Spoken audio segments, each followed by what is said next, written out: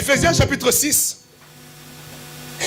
au verset 10 et 12, 10 jusqu'à 12, la Bible dit, au reste, fortifiez-vous dans le Seigneur. Fortifiez-vous dans le... Est-ce qu'on vous dit de vous fortifier par vous-même? Est-ce qu'on nous demande de nous fortifier par nous-mêmes? Mais répondez-moi bien. Est-ce qu'on te demande de te fortifier par toi-même? Hier, l'homme de Dieu, le pasteur Dédé, nous disait que quand tu donnes, nous sommes en train de donner des coups. Mais quand tu donnes un coup, il faut que tu comprennes et tu réalises que ce coup-là, ce n'est pas toi qui donnes ce coup. Si ce coup-là que tu donnes et qui va atteindre l'ennemi, c'est ton coup, tu es déjà vaincu d'avance. Alléluia. Quand tu donnes un coup, il faut que tu comprennes que je ne suis pas en train de me battre, je ne suis pas en train de combattre à la manière des hommes, à la manière de la chair, à la manière de ce monde de la chair, de ce monde naturel. Je suis en train de me battre à la manière des hommes spirituels.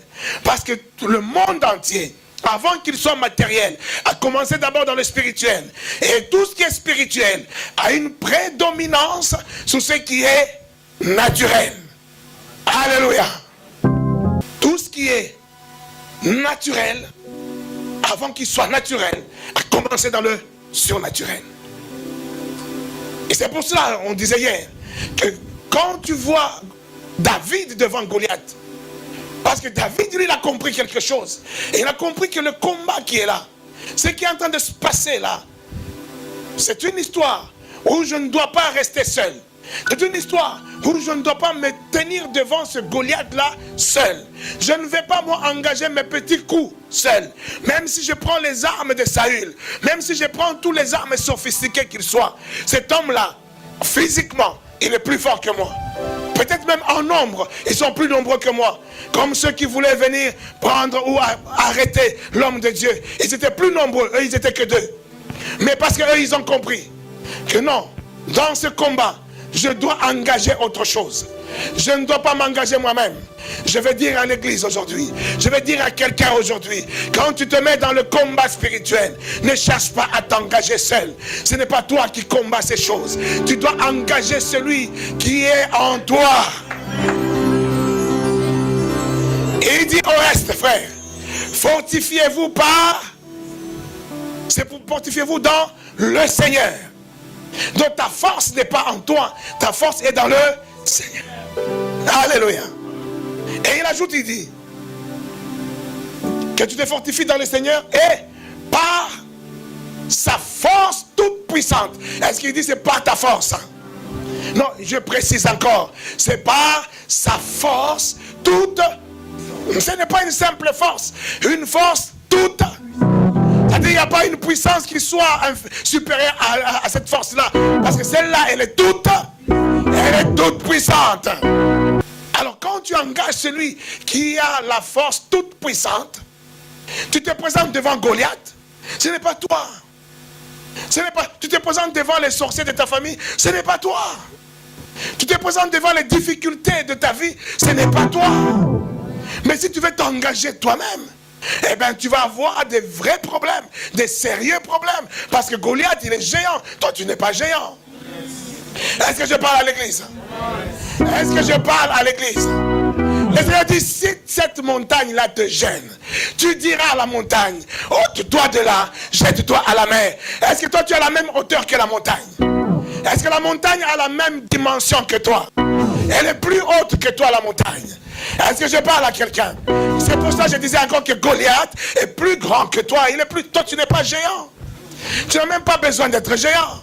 Mais celui qui est en toi, il est plus géant que Goliath. Celui qui est derrière toi, si tu l'engages, celui qui est derrière toi, si tu l'engages dans ton problème, il est plus grand que la montagne. Celui qui est derrière toi, si tu l'engages dans ton problème, il est plus grand que tes problèmes. Est-ce que quelqu'un me comprend? Fortifiez-vous par sa force toute puissante. Et il dit, après il dit que revêtez-vous de toutes les armes afin de pouvoir tenir ferme contre les ruses du diable. Vous comprenez ce qu'il dit? nous allons nous revêtir de ces armes pour quoi faire? Les armes que le Seigneur nous donne, des armes qui sont puissantes. Et il nous donne pour que nous puissions faire quoi? Est-ce qu'il nous donne ces armes-là pour que nous puissions dominer sur les gens, pour que nous puissions écraser sur les gens, pour que nous puissions faire mourir tous les membres de nos familles qui sont sorciers, et pour que nous puissions... Est-ce que c'est ça le problème? Et il dit, ces armes, c'est pour quoi faire? Mais vous savez, nous lisons trop souvent la Bible trop rapidement. La parole de Dieu, elle est simple. Elle est là. Il suffit de la lire et déjà tu commences à comprendre ce qu'elle dit déjà là. Elle dit que nous nous revêtons des armes afin de pouvoir tenir ferme contre quoi? Contre des kalachnikovs. Contre le feu. Contre le feu du diable de Satan. Tenir ferme contre quoi? Les ruses. Donc l'arme fatale, l'arme principale de celui qui te combat, celui qui combat ta famille, celui qui combat ton mariage, celui qui combat tes finances, son arme fatale, c'est la ruse. Et il n'en a pas après ton mariage. Qu'est-ce qu'il va faire avec ton mariage? Est-ce que lui il va rentrer dans ce mariage à ta place? Et il n'en a pas besoin. Et il n'a pas besoin de ton argent. Qu'est-ce qu'il va faire avec ton argent? Il a dit au Seigneur, si tu m'adores, je te donne toutes ces nations. Et le Seigneur ne lui a pas dit, c'est faux. Non, parce que le Seigneur sait que lui, il a pris le contrôle de tout ça. Alléluia. Et il n'en a pas derrière ton argent. Est-ce qu'il en a besoin? Non, mais dans tout ça, il a besoin d'une chose. Quand il attaque ta santé, quand il attaque ton couple, quand il attaque tes affaires, quand il attaque, il te met au chômage, et il est en train d'attaquer une seule chose. Tout ça, c'est la ruse. Il est en train d'attaquer tout simplement ta foi. Et il veut que tu puisses abandonner la foi. Que tu puisses abandonner la foi. Et là, il sait que s'il abandonne la foi, ça y est, je suis plus que vainqueur que lui. Je déclare que tu n'abandonneras la foi par la foi au nom de Jésus. Je déclare que toi, tu vas tenir ferme contre les ruses du malin au nom de Jésus. Que toutes ces armes qui nous sont données te soient couvertes, te soient données au nom de Jésus. Je vais tout simplement rappeler au peuple, aux enfants de Dieu. Dans toutes ces choses, dans toutes ces ruses, nous voyons que quand il faut être en face de lui-même, de Satan. Alors je dis bien encore, je répète, quand je dis en face de Satan, je ne parle pas de Satan seul. Je parle de toute la colonie des démons qui sont avec lui. Toute la pyramide satanico-diabolique qui est une organisation perfectionnée, qu'il a établie, qu'il a mis en place. Ça, c'est le mensonge qu'encore que Satan nous donne toujours. Satan veut nous faire comprendre à l'église même aujourd'hui, comme si il est capable de lire dans tes pensées. Et il va te dire, combien de chrétiens ne disent pas, oui, moi, attends, j'ai une idée, mais j'ose même pas dire, ou j'ai même peur de cette idée parce que le diable va m'attaquer parce que j'ai une idée. Mais est-ce que le diable, le Satan, il peut lire dans tes pensées? Il n'a pas le pouvoir de sonder les cœurs et les reins. Il ne peut pas lire dans tes pensées. Je vais vous dire juste une chose. S'il avait réellement, s'il pouvait lire dans les pensées des gens, croyez-moi, tous les marabouts que vous connaissez, tous les féticheurs que vous connaissez, tous ces voyants que vous allez consulter, tous ces soi-disant que vous appelez même en Afrique, parce que écoute, regarde un peu mes problèmes, regarde tout ça, tous ces gens-là, je peux vous dire qu'ils seraient déjà multimilliardaires, parce qu'ils auraient vu les chiffres du loto chaque jour. Non mais tu n'as pas compris. Alléluia. Alléluia. Écoutez ce qui s'est passé au temps de Daniel. Daniel, le roi Nabuchodonosor, il a eu un songe. Et ce songe-là l'a tourmenté. Il a compris que le songe que j'ai reçu là, c'est un songe prophétique. C'est un message de Dieu. Mais je l'ai oublié. Je l'ai oublié. Je cherche quelqu'un pour pouvoir me rappeler et le songe et me donner l'explication du songe. Alors il a convoqué tous les marabouts, tous les sorciers, tous les magiciens. S'ils avaient la capacité de lire dans les pensées, ils allaient connaître le songe. Quelqu'un peut me donner un bon amen? Quelqu'un peut me donner un autre amen? Et ils n'ont pas eu, ils ont invoqué Satan, ils ont invoqué leur Dieu, mais personne n'a pu lire le rêve, le sens qui était en Nabuchodonosor. On a appelé un homme qui s'appelait Daniel. On a dit au roi, nous connaissons un homme, Dieu qui fait partie des enfants d'Israël. Cet homme-là, il a un esprit supérieur. Je déclare que tu as un esprit supérieur au nom de Jésus. Non, je déclare que tu as un esprit supérieur au nom de Jésus. Alléluia. Et Daniel est venu.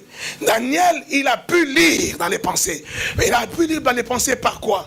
Par sa propre force. Il a engagé quelqu'un. Il a engagé le Dieu d'Israël. Il a engagé le Dieu d'Abraham. Il a engagé le Dieu de Jacob. Il a engagé le Dieu de tout Israël. Il dit, parce que je me présente en tant que fils d'Israël, au travers de moi, je dois impacter ce royaume.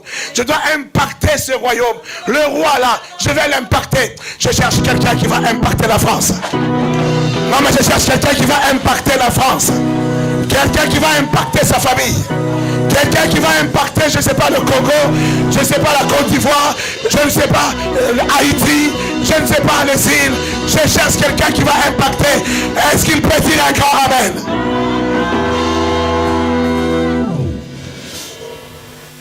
Impacter. Et il dit non, je dois impacter. Oh Dieu, voici une fenêtre. Voici une porte qu'on ouvre pour que ce monde, pour que ce roi et tous ceux qui sont à ses pieds sachent qu'il y a un Dieu en Israël. Sache que j'appartiens à un Dieu. Est-ce que tu peux dire j'appartiens à un Dieu? Tu peux dire j'appartiens à un Dieu. Mais aujourd'hui, au lieu d'amener les gens à comprendre que nous appartenons à un Dieu, mais on amène les gens à comprendre que tu appartiens à un esprit de séduction, que tu appartiens à un esprit familier, tu appartiens à l'esprit de tes grands-pères, tu appartiens à l'esprit de, je sais pas, de ta famille, de ta région, de ceci. Est-ce que tu es chrétien ou tu ne l'es pas? Est-ce que tu peux appartenir à deux personnes en même temps? Si tu appartiens à un Dieu, tu n'appartiens plus à personne d'autre.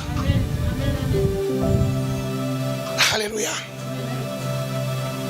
Regardez ce que la Bible dit. Regardez ce que la Bible dit. Dis encore ce que la Bible dit est la vérité. Répète encore ce que la Bible dit est la vérité. 1 Pierre chapitre 1er. Versets 18 et 19. Regardez ce que la Bible dit.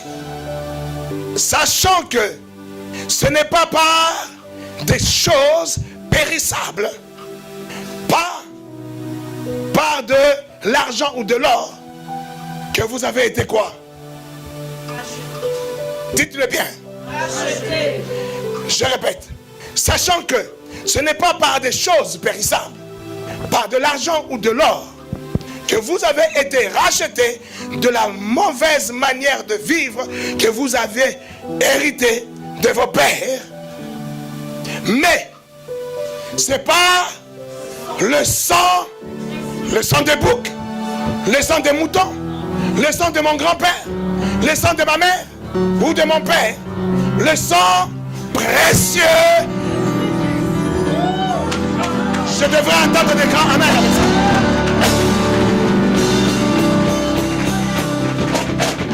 Le sang des boucs a des taches. Le sang des moutons a des taches. Ils sont des sangs impurs. Le sang de mon père est impur. Le sang de ton pasteur est impur. Mais le sang sans tache. Sans tache et sans défaut. Il n'y a qu'un seul sang qui est sans tache et sans défaut. C'est le sang de Dieu. C'est le sang de Dieu. Le sang de Jésus. On tape, il dit quoi? Sachant que vous n'avez pas été racheté. Ça veut dire, vous avez été racheté. Pas par de l'or, pas par de l'argent, pas par n'importe quoi, même pas par le sang des boucs, des moutons. Mais vous avez été racheté par un sang précieux de Dieu qui est le sang de... Alors comment tu peux appartenir à quelqu'un d'autre? Bien aimé, les démons qui sont une pyramide une pyramide des anges déchus qui ont à la tête Satan lui-même. Ils sont tellement organisés qu'ils sont là partout.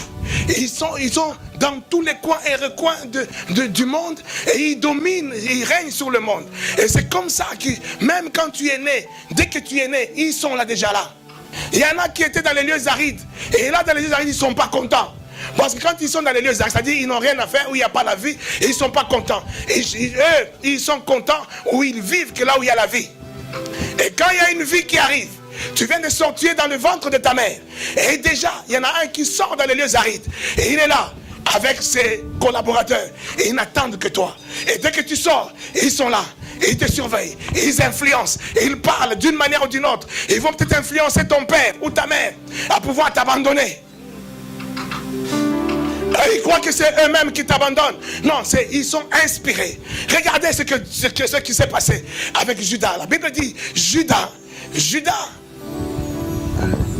le diable est venu et il lui a soufflé, il lui a influencé, il lui a inoculé la pensée de donner ou de vendre le Seigneur.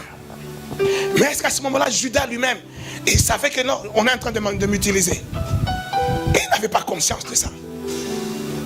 Ne crois pas que toutes les pensées qui se passent dans ta tête viennent forcément de toi. Ne le crois pas. Est-ce que quelqu'un me comprend? Ne pense pas que tout ce qui passe dans ta tête vient de toi. Non. Non. Il y a des choses qui se passent dans ta tête. Ça ne vient pas de toi. Ça ne vient pas de toi.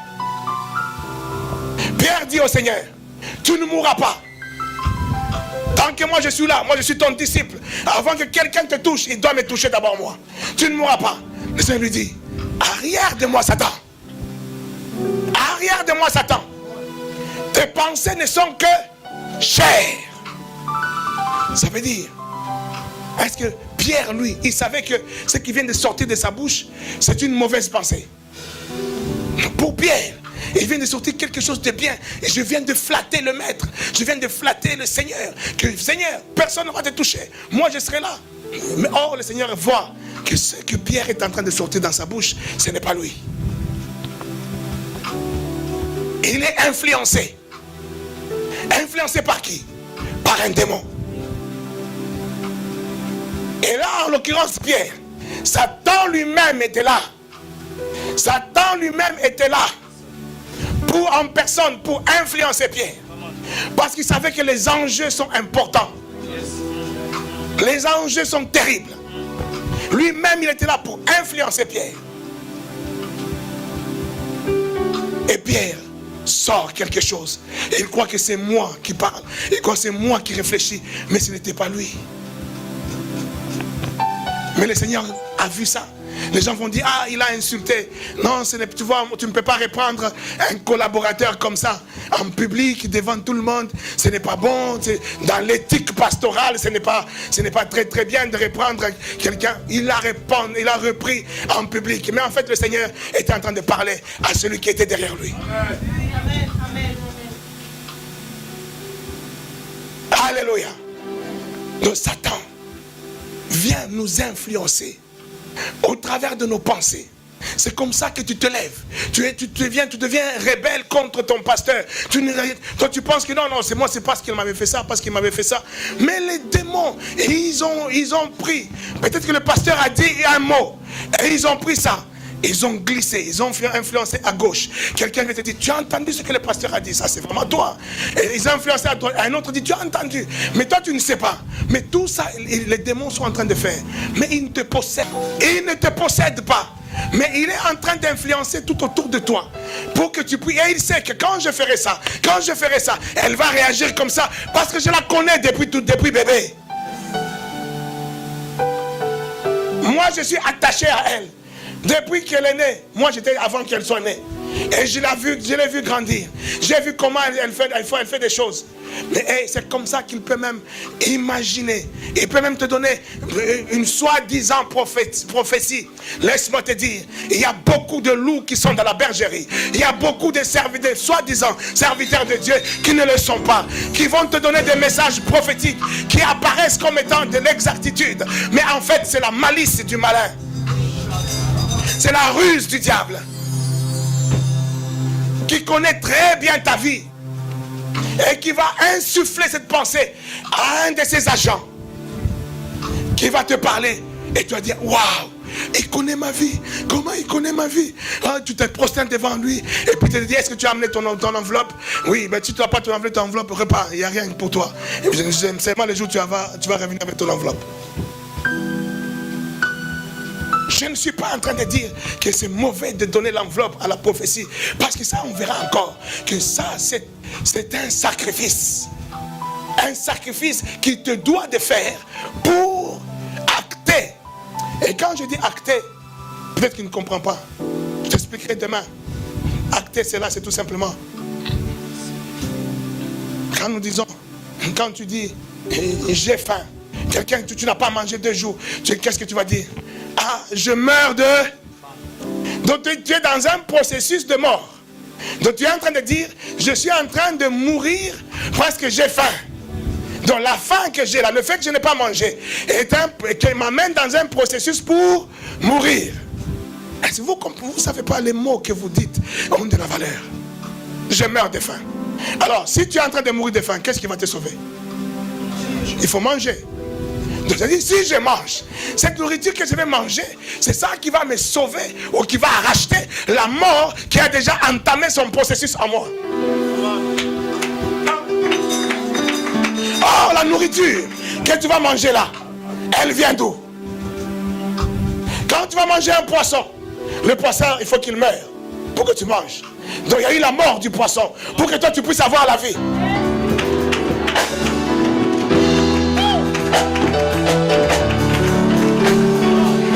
Non, ça, on va en parler aussi demain. On va en parler aussi demain. La dimension des sacrifices. Alléluia. Ce n'est pas un sacrifice pour faire plaisir à un pasteur. Ce n'est pas un sacrifice pour qu'on me voit que moi je donne à l'église, moi je donne. Non, il faut que tu comprennes avec ce que tu fais réellement. Il faut que tu le réalises, tu saches, je fais quoi. Nous, on a été... J'ai sacrifié des choses qui m'ont épargné de la mort et j'étais encore païen. Je vais tout simplement dire à l'église, aujourd'hui nous comprenons que Satan, aujourd'hui va bouger dans ta vie. S'il y a un démon quelconque dans ta vie, nous allons l'expulser au nom de Jésus. Ce sont des habitants, les démons ce sont des esprits. Or les esprits ne sont pas les premiers habitants légaux ici sur la terre. Quelqu'un me comprend? La terre est faite d'abord pour les hommes naturels. La terre est faite d'abord pour nous les hommes de chair et de sang, pour les animaux, pour les poissons, pour les plantes, pour nous. Les esprits, quand ils viennent, ils doivent venir ici sur la terre, soit en mission. Et quand il n'est pas en mission pour Dieu, il vient en tant que voleur. Or, un voleur, dès que tu vas le repérer, qu'est-ce que tu vas faire? Tu vas le chasser. Ou tu vas le capturer. Si tu n'es pas capable de le capturer, au moins tu vas le chasser. C'est ce que nous allons faire aujourd'hui. Nous allons chasser tous les voleurs de ta vie. Non, je dis je vais chasser tous les voleurs de ta vie. Non, je dis par la toute puissance de Dieu, nous allons expulser tous ceux qui viennent pour voler ta paix. Nous allons expulser tous ceux qui viennent pour voler ta santé. Nous allons expulser tous ceux qui viennent dans ta vie pour te voler ta tranquillité. Ils viennent comme mari de nuit. Ils viennent comme femme de nuit. Ils seront expulsés aujourd'hui au nom de... Colossiens nous dit qui nous sommes. Colossiens chapitre 2 verset 15. Il a dépouillé les dominations, les autorités et les a livré publiquement en triomphant d'elle. Donne une bonne offrande d'acclamation.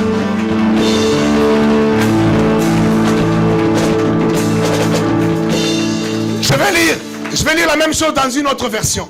Dans la version français courant. Il dit, c'est ainsi que Dieu a désarmé les autorités et pouvoirs spirituels. Il les a donnés publiquement en spectacle en les amenant comme prisonniers dans le cortège triomphal au nom de Jésus. Nous sommes dans un cortège triomphal.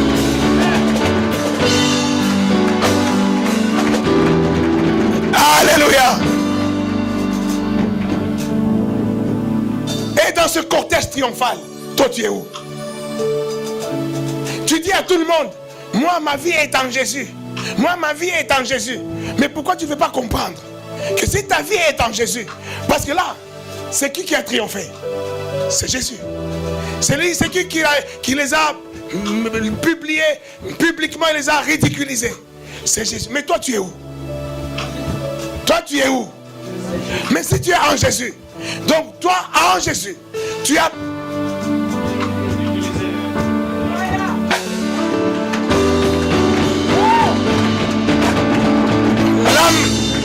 L'arme numéro 1 pour pouvoir résister à la ruse du malin, c'est connaître ta position en Jésus. Réaliser réellement comme où tu es qui, tu es positionné où. Quand les démons viennent te chercher, toi tu es où? Tu es en Jésus ou tu es en dehors? Quand tu commences à avoir peur, tu es en dehors de Jésus. Quand tu commences à être serein, lucide, Pierre dit, il dit, soyez bien éveillés. Soyez bien. Mais toi tu dors pourquoi? Tu sais dormir là, c'est pas que non parce que tu as dormi trop longtemps, tu t'es réveillé à midi, ce n'est pas ça. Quand tu as peur, tu es en train de dormir. Quand tu commences à t'inquiéter, tu es en train de dormir. Quand tu ne veux, aujourd'hui je ne dormirai pas parce que tellement les maris de nuit, ils m'embêtent. Aujourd'hui tu es là, tu as les yeux ouverts, je ne vais pas dormir, je ne veux pas qu'ils m'embêtent, tout ça. Toi tu vois, tu es en train de veiller, mais tu ne veilles à rien du tout. Que dalle. Et il dit, soyez éveillés et lucides. Toi tu vas t'enivrer, tu vas boire de l'alcool et tu es là tout le temps son nom pour oublier mes problèmes, pour oublier toutes ces choses qui se passent dans ma vie. Tu vois tout ça, mais tu n'es pas lucide. Et quand tu n'es pas lucide, toi-même tu te livres. Tu étais dans la maison, dehors on est en train de tuer les gens. Toi tu sors de la maison, tu te mets là où on est en train de tuer les gens. Alors que dans la maison tu étais en sécurité. Tu es en Jésus-Christ et tu es en sécurité en Jésus-Christ. Mais quand tu te mets, tu te livres à ces choses, tu sors de la sécurité de Jésus. Il dit, car votre ennemi il est où? Votre ennemi qui est le diable. Et lui il est où? Mais pourquoi il rôde? Non. Pourquoi il va rôder? S'il me possède, pourquoi il va rôder? Si je suis possédé, lui il va rôder pourquoi? Mais il est déjà en moi, il va rôder pourquoi? S'il rôde, c'est parce qu'il ne peut pas te posséder. S'il rôde, c'est parce qu'il ne peut pas te posséder. Parce que toi, on te possède par quelqu'un d'autre. Yes. Lui maintenant il vient en tant que voleur. Et il veut voir si la personne qui te possède, est-ce que tu es attaché à lui ou pas? Est-ce qu'il y a un moment où tu ne veilles pas? Est-ce qu'il y a un moment où tu n'es pas lucide? Et là il profite, il vient pour voler et partir, mais pas pour rester dans la maison. Tu as vu un voleur qui rentre dans la maison et puis qui s'installe dans la maison. Le voleur il vient, il vole, il tue, après il fuit. Il rôde, pourquoi il rôde? Il rôde comme un lion, rugissant. Comme. Donc ce n'est pas un lion, mais il est comme. Et il prend la forme d'eux. Et il commence à rugir. Et quand il va rugir, quand tu vas entendre le rugissement, tu as peur. Et quand tu as peur, tu sors de la protection.